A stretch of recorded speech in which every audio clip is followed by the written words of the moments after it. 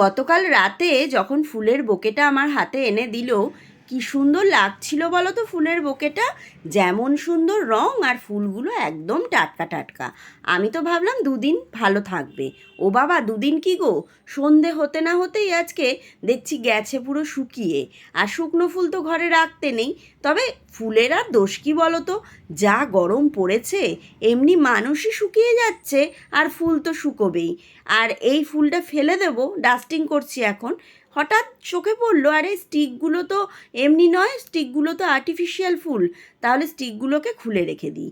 আমি না যখনই ফুলের এরম বড় বোকে বলো বা স্টিক বলো যাই দেয়, সেখানে যদি দেখি আর্টিফিশিয়াল ফুল আছে, আমি ঠিক না সেই ফুলগুলোকে সাইড করে রেখে দিই।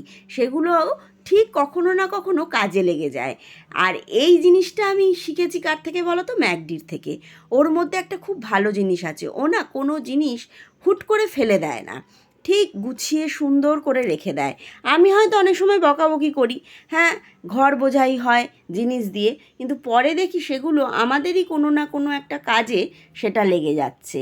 আর এই যে স্টিকগুলো, আমি না আগে এরকম স্টিক দেখিনি। আগে দেখতাম রজনীগন্ধা দিয়ে থাকে, কিন্তু এবারে দেখছি এইরকম স্টিক আর কি একটা দিয়েছে, এগুলো খালি জড়িয়ে যাচ্ছে। তবে রঙটা কিন্তু একদম আনকমন।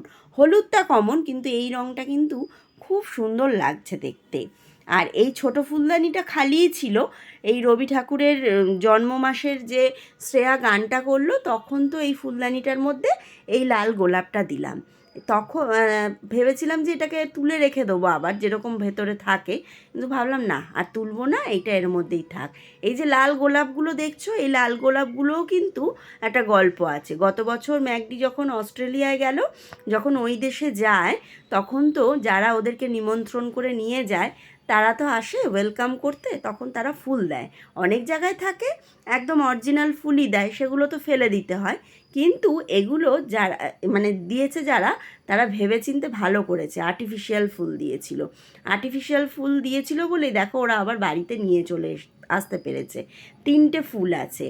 আমার তো মাঝে মাঝে মনে হয় এরকম আর্টিফিশিয়াল ফুল দেওয়াই ভালো, তাহলে বাড়িতে অনেক ফুল হয়ে যাবে। কি সুন্দর লাগছে না, লাল হলুদ আর এই রঙটা কি বলো তো, এটা কি পিচ কালার?